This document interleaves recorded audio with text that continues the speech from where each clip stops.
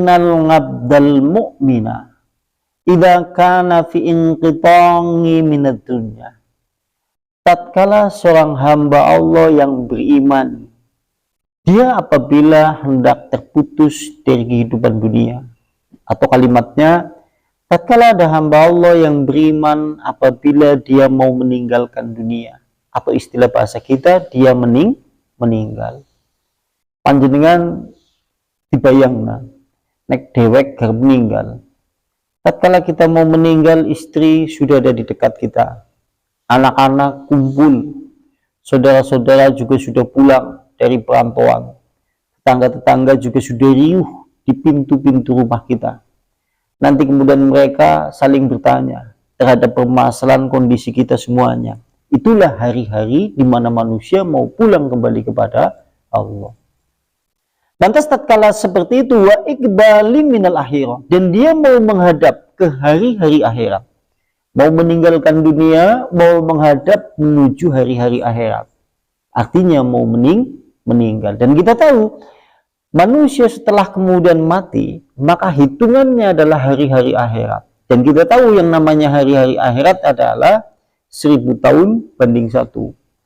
Sampean 1000 tahun di dunia, hitungan hari-hari akhirat ke berarti sedina. Mulanya urip nang alam dunia, hari-hari dunia ini adalah hari-hari yang singkat sekali. Hidup kita cukup sebentar, hanya sekejap saja, tapi membawa tanggung jawab yang cukup berat dan perjalanan kita masih jauh. Dewek jenjane menempuh perjalanan di dalam kehidupan dunia sampai kemudian mati. Perjalanan dunia itu singkat, tapi ternyata setelah kemudian kematian perjalanan kita masih panjang.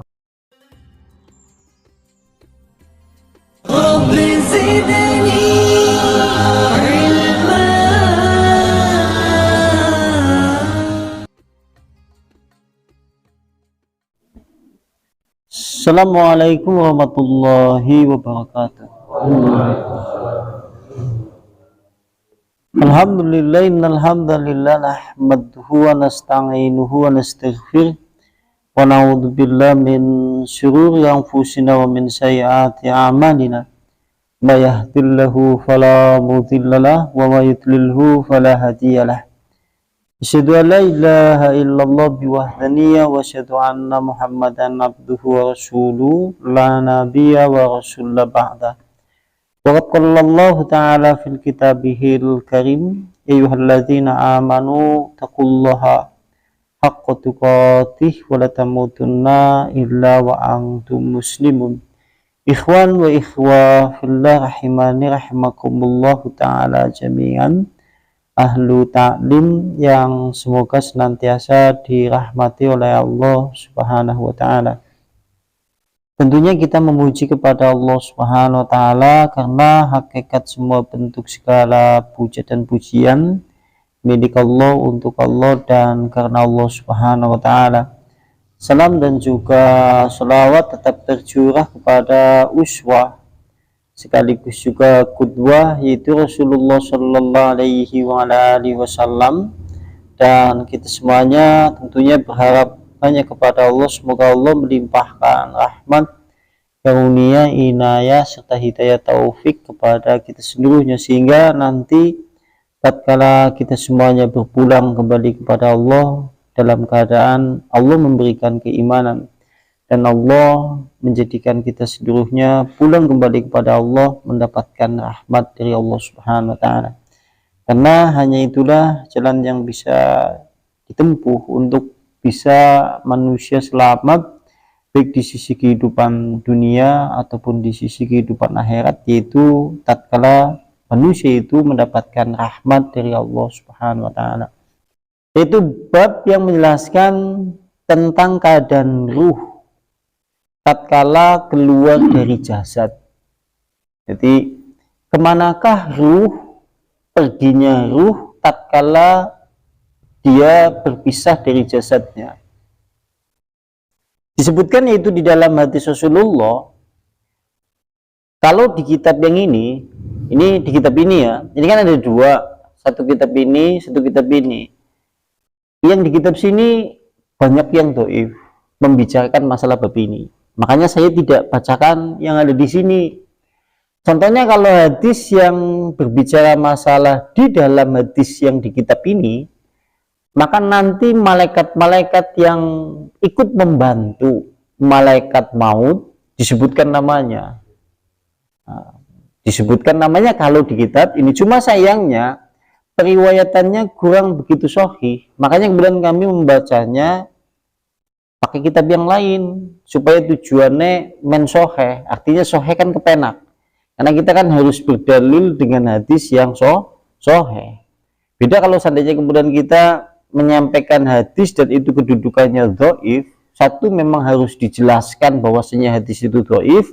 Yang kedua, tidak boleh diyakini secara kemudian usul hukum di dalam kita berkeyakinan beragama. Makanya kami pilihkan hadis yang paling sahih terkait masalah membicarakan masalah kemana perginya ruh tatkala setelah berpisah dari jasad. Hadis yang kami bacakan ini adalah statusnya sahih. Diriwayatkan di dalam musnad, yaitu tepatnya musnad Imam Ahmad. Hadisnya riwayat dari Bara bin Azib. Hadisnya riwayat dari Bara bin Azib. Qala berkata Bara bin Azib, "Harajna ma'an Nabi fi janazatin rajulin minal ansor." Kata Bara bin Azib, kami pernah keluar bersama Nabi mengantarkan jenazah seorang laki-laki dari sahabat Ansor. Kata Bara bin Azib, kami pernah mengantarkan jenazah menuju ke pemakaman bersama sahabat-sahabat yang lain bersama Nabi, yaitu seorang jenazah laki-laki dari sahabat Ansor. Fa'in tahaina ilal qabri, maka akhirnya kami semuanya sampai di pemakaman. Lantas walamma yalkhidu, maka tatkala dia, yaitu Rasulullah Shallallahu Alaihi Wasallam menguburkan jenazah itu. Tatkala jenazah itu kemudian telah ditimbun dengan tanah, sehingga jasadnya itu tidak nampak lagi, sebagaimana kebiasaan dan kewajiban orang hidup kepada orang yang mati kan menguburkannya. Tatkala kemudian jasad itu telah tertimbun dengan tanah sehingga jasadnya dulu sudah tidak tampak lagi, maka fajallasa Rasulullah Sallallahu Alaihi Wasallam, Rasulullah kemudian duduk. Setelah itu Rasulullah duduk. Lantas tatkala Rasulullah duduk, wajallasna haulahu, kemudian kami duduk mengelilingi di sekitar Rasulullah Sallallahu Alaihi Wasallam. Begitu selesai pemakaman, jasad itu sudah dikuburkan.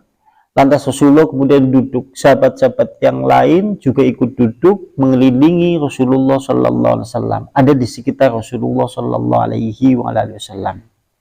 Maka kata Bara bin Azib, ka'anna ala ru'usina al-tayr, maka seakan-akan di kepala kami terdapat burung. Ini ungkapan dalam bahasa Arab. Jinjengane seakan-akan di kepala kami itu terdapat burung, ini adalah ungkapan ketika berkumpul dengan manusia yang banyak, tidak ada pembicaraan sama sekali dalam waktu yang sebentar. Misal contoh iki, sikan ngaji sampai nengkono, saya di sini. Ketika saya diem tidak ngomong apa-apa, misal seperti ini meneng bae, sampean kan bingung. Kadene meneng bae, sampean tingak-tingak, dinguk-tingak. Nah, iki jenengane ning istilah nang bahasa Arab, seakan-akan di kepala kami terdapat burung. Yang ngono sampean begitu ngaji iki misalnya meneng 5 menit bae misalnya. Meneng kabeh, pada bingung. Ya tingak-tinguk. Itu maksudnya. Nah, sama seperti Rasulullah tatkala duduk bersama sahabatnya, karena Rasulullah diam sejenak, meneng bae Rasulullah. Sehingga sahabat-sahabat kemudian satu dengan yang lain kemudian nengok ke sana, ke sini, gitu. Sehingga ungkapan dalam bahasa Arab seakan-akan di kepala kami terdapat burung. Karena bingung mengapa menyat orang kepenak, kerap ngomong apa, wong nabi meneng, gitu kan? Seperti itu maksudnya. Nah, ini ungkapannya seperti itu. Lantas, tatkala dalam kondisi yang seperti itu, tiba-tiba, yaitu Rasulullah Sallallahu Alaihi Wasallam di tangannya terdapat dahan. Oh, Rasulullah kemudian memegang dahan. Yang kutu bihil ardo, kemudian dia menggaris-garis di bumi. Tujuannya apa? Tujuannya sampean fokus. Ketika itu sahabat setelah dalam keadaan seakan-akan di kepala kami dalam keadaan seperti di atas kepala kami terdapat guru, ini kan mereka bingung, mengapa? Untuk kemudian memposisikan supaya mereka fokus kembali, Rasulullah mengambil satu isyarat daun, kemudian digaris-gariskan ke tanah. Akhirnya kan pada nama Rasulullah kabeh sebelum dia mengawali pembicaraan. Maka setelah kemudian dia menggaris-garis ke bumi, sah, kemudian dia Rasulullah dia mengangkat kepalanya, melihat ke langit, terus dengar melangit seperti ini. Jenengan bayangkan ketika kita pada saat itu bersama Rasulullah SAW. Tatkala Rasulullah kemudian mengangkat kepalanya menuju ke langit, Rasulullah kemudian bersabda. Rasulullah lantas bersabda, "Istangidu min adzabil qabri, istangidu billahi min adzabil qabri." Berlindunglah kalian semuanya wahai sahabat-sahabatku dari azab kubur. Rasulullah mengatakan seperti itu 3 kali atau kemudian 2 kali. Ini menunjukkan kesungguhan Rasulullah tatkala kemudian menyampaikan hadis itu. Berlindunglah kalian semuanya itu dari azab kubur. Belum malam Rasulullah ulangi lagi. Berlindunglah kalian semuanya itu dari azab kubur. Belum malam Rasulullah kemudian ulangi lagi. Istaghiitsu billahi min azabil qabri. Berlindunglah kepada Allah dari azab kubur. Ini berarti menunjukkan kesungguhan. Makanya ini menjadi doa sebelum kemudian kita salam di dalam sholat. Sampai sebelum salam kan ada doa nih. Allahumma inni a'udzubika min adzabi jahannam wa min adzabil qabri. Sekalipun kalau seandainya kita lihat literatur dalam hadis Rasulullah Shallallahu Alaihi Wasallam, ada beberapa hal perbuatan manusia yang banyak menjadikan manusia itu mendapat azab kubur. Di antaranya namimah, kemudian fitnah, kemudian buang air kecil, tapi kemudian najisnya itu mengenai kulit. Itu diantara beberapa hal yang menjadikan manusia banyak kemudian diazab kubur. Kalau di dalam hadis Rasulullah. Sehingga tatkala Rasulullah mengatakan seperti itu sampai 3 kali, kemudian summa qala, kemudian Rasulullah berkata, mau wis garis-garis terus madhep melangit, Rasulullah kemudian mengatakan itu 3 kali. Setelah sahabat-sahabat fokus, Rasulullah kemudian berkata, dan ini kemudian perkataan Rasulullah dalam hadis yang panjang. Dalam hadis yang panjang. Nah, lantas kemudian Rasulullah berkata, innal ngabdal mu'mina idza kana fi inqitangi minad dunya.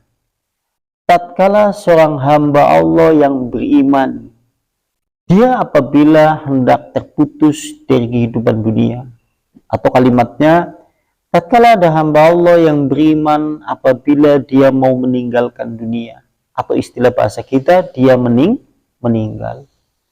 Panjenengan dibayangna, nek dewek gar meninggal. Tatkala kita mau meninggal, istri sudah ada di dekat kita, anak-anak kumpul, saudara-saudara juga sudah pulang dari perantauan, tetangga-tetangga juga sudah riuh di pintu-pintu rumah kita. Nanti kemudian mereka saling bertanya terhadap permasalahan kondisi kita semuanya. Itulah hari-hari di mana manusia mau pulang kembali kepada Allah.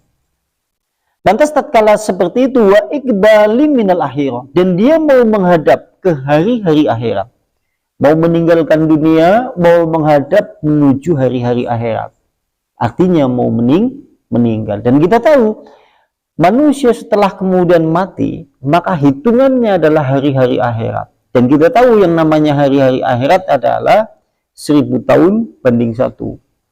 Sampean 1000 tahun di dunia, hitungan hari-hari akhirat ke berarti sedina. Mulanya urip nang alam dunia, hari-hari dunia ini adalah hari-hari yang singkat sekali. Hidup kita cukup sebentar, hanya sekejap saja, tapi membawa tanggung jawab yang cukup berat dan perjalanan kita masih jauh. Dheweke jenjane menempuh perjalanan di dalam kehidupan dunia sampai kemudian mati. Perjalanan dunia itu singkat, tapi ternyata setelah kemudian kematian perjalanan kita masih panjang. Begitu wis mati nang alam barzah ngenteni dina kiamat. Ngenteni dina kiamat wis rampung, kabeh alam dunia ini hancur dan yang lain-lain seluruhnya kemudian mati, lantas kemudian kita dibangkitkan lagi menuju padang mahsyar. Nanti kemudian berdiri di padang mahsyar sampai makan waktu 50.000 tahun. Nanti belum lagi yaumul hisab, yaumul mizan, pertanyaan di mauqif, pertanyaan nikmat-nikmat Allah, pertanyaan umur dan yang lain-lain, sampai nanti kemudian di jembatan Sirat, sampai nanti penghujungnya surga dan neraka. Siki nih kesinang dunia, ke perjalanan singkat, ini membawa dampak yang cukup panjang. Artinya kalau seandainya kita hidup di dunia ini hanya sekedar 50 tahun, 60 tahun, 70 tahun, atau mungkin terhitung kurang dari bilangan yang disebutkan tadi. Lantas apakah gunanya hidup kalau seandainya hidupnya sebentar? Lantas pulang kembali kepada Allah, hidupnya masih lama, tapi membawa kecelakaan yang cukup berbahaya bagi dirinya. Apa gunanya urip? Nah kayak gue coba. Kan eman-eman banget urip estela, tapi membawa dampak selama-lamanya menuju azab Allah. Naudzubillahi min dzalik. Cukup menjadi perenungan bagi kita semuanya. Dewek sih kena kayak sinang alam dunia singkat, dalam mending dewek bakal balik. Wong saiki juga kita merasakan waktu itu cepat sekali kemudian bergulir. Mulai dari minggu berganti bulannya, bulan berganti tahunnya. Tak terasa bulan Ramadan kemarin belum lupa pula. Kenangan di masjid-masjid tatkala kita melaksanakan sholat tarawih dan ibadah puasa. Sebentar lagi sudah masuk di bulan Ramadan lagi. Artinya menunjukkan waktu seakan-akan cepat berlalu waktu-waktu di dunia. Tapi waktu akhirat cukup lama. 1000 tahun di dunia baru terhitung 1 hari. Jadi perjalanannya siapa? Mulanya tumrape kulo panjenengan sedaya nek garep mengadakan perjalanan atau mesti nih sangune akeh. Orang mungkin sampean garep merantau meng Jakarta sangune 5.000. Kan iya, 5.000 ya tekan-tekan ning kecoten.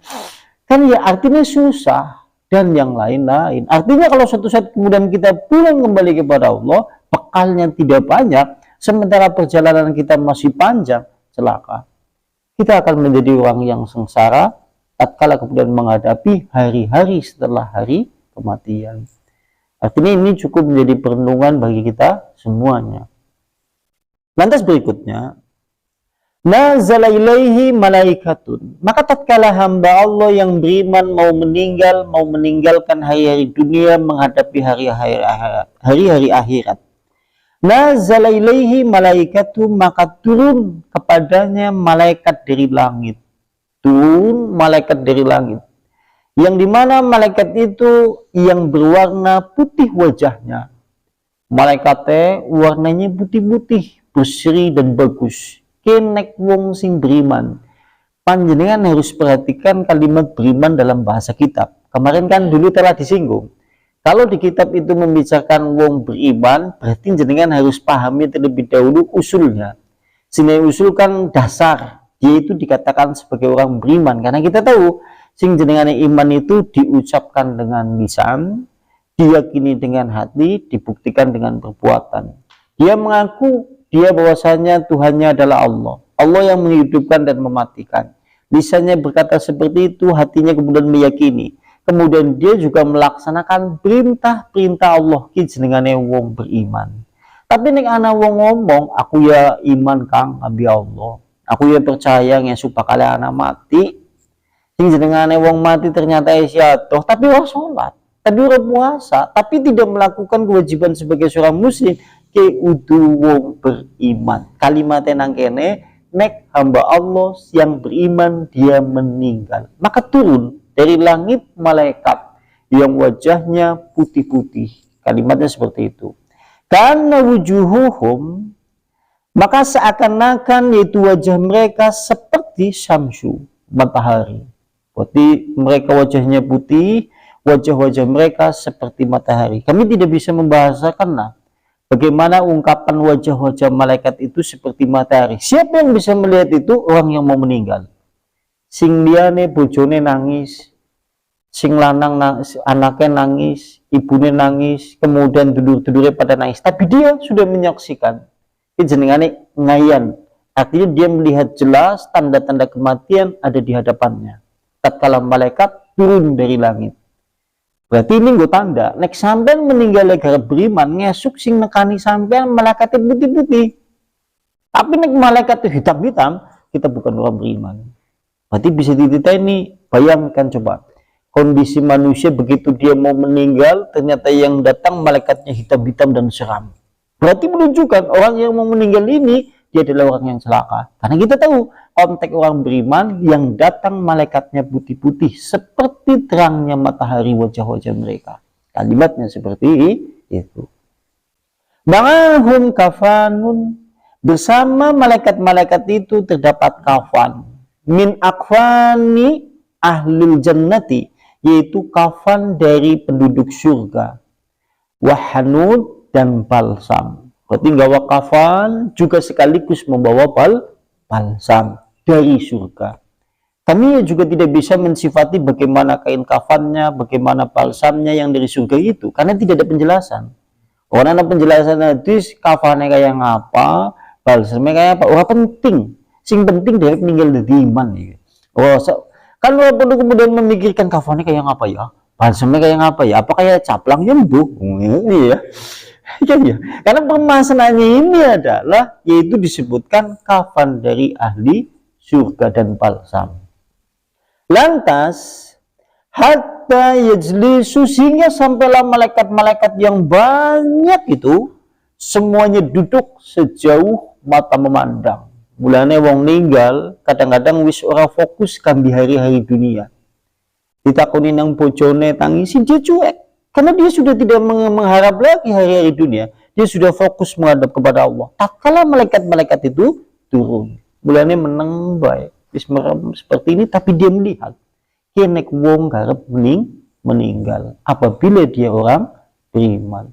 Mulai di bab yang kemarin, kan diomong nek begitu malaikat itu datang, terus malaikat maut juga datang, malaikat-malaikat yang wajahnya putih itu bertanya kepada orang beriman yang mau meninggal itu, apakah kamu mau sekiranya hari ini tidak jadi kematianmu, aku kembalikan lagi ke dunia?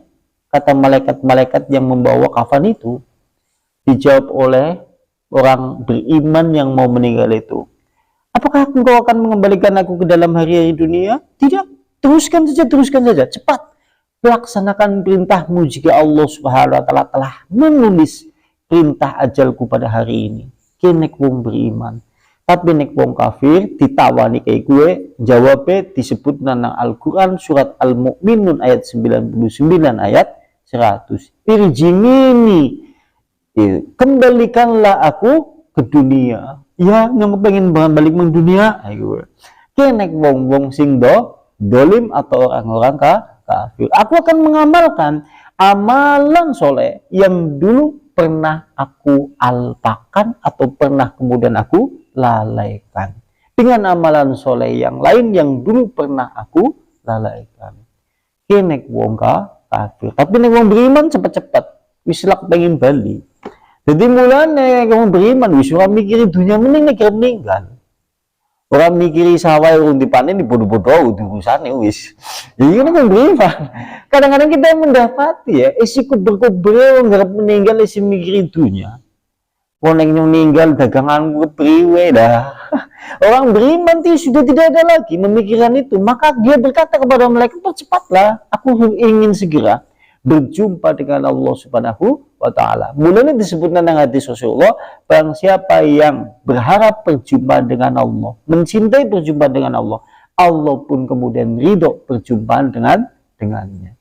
Engkau nek wis duduk, malaikat-malaikat itu sejauh mata memandang, yang bisa melihat hanya si calon mayit, yang lain tidak melihat.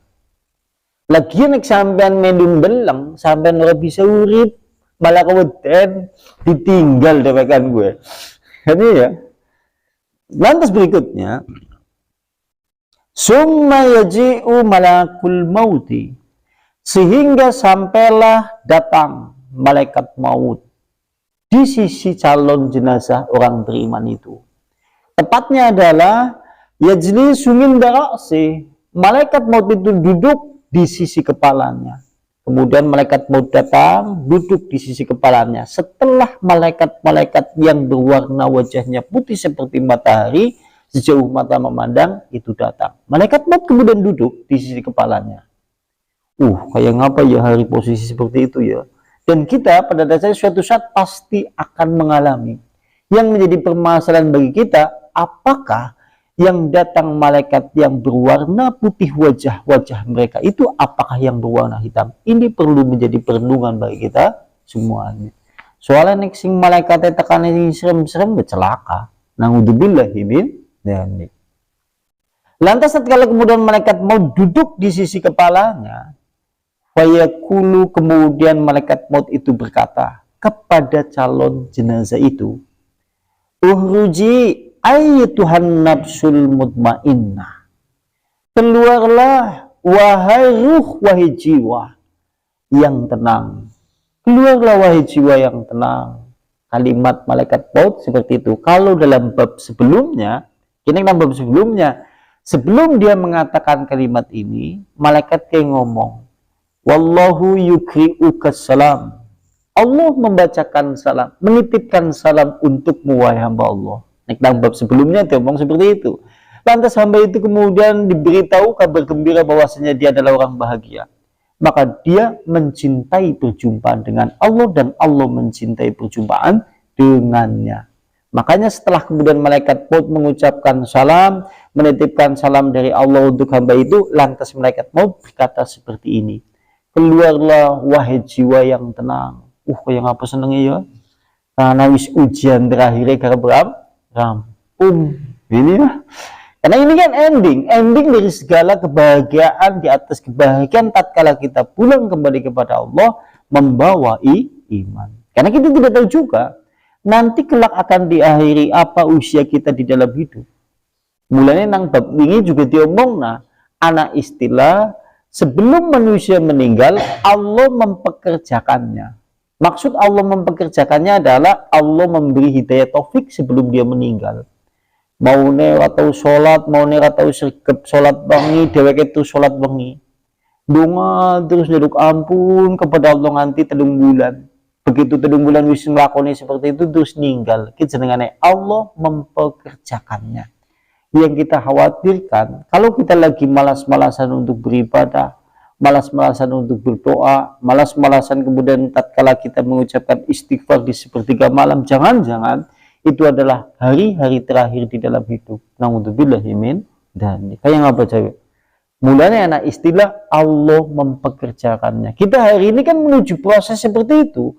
Tatkala nanti mau meninggal, kita tidak tahu juga akan diakhiri dengan apa akhir hidup usia kita di dalam hidup. Ya, harapan kita semuanya hampir-hampir sama. Tatkala meninggal dalam keadaan bersujud, tatkala meninggal dalam keadaan membaca Al-Quran, tatkala meninggal dalam keadaan sholat, tatkala meninggal setelah melakukan kewajiban-kewajiban kepada Allah. Ya, itu harapan kita. Tapi kemudian Allah Subhanahu wa Ta'ala telah menentukan takdirnya bagi setiap manusia. Dan kita tidak tahu takdir yang bagaimana nanti kemudian akan Allah timpakan kepada kita semua. Ini sing perlu jadi perenungan bagi kita semuanya. Nah, ini menjadi penjelasan juga. Sementara ini kan hadis Nabi yang membicarakan bahwa rumah, kalau suatu saat ada loncengnya, ada anjingnya, maka malaikat itu tidak bisa masuk. Kan ya? Umane ana loncenge, ana wunge, maka ana gambar bernyawanya, maka malaikat itu tidak bisa masuk. Nah, sekarang ada pertanyaan.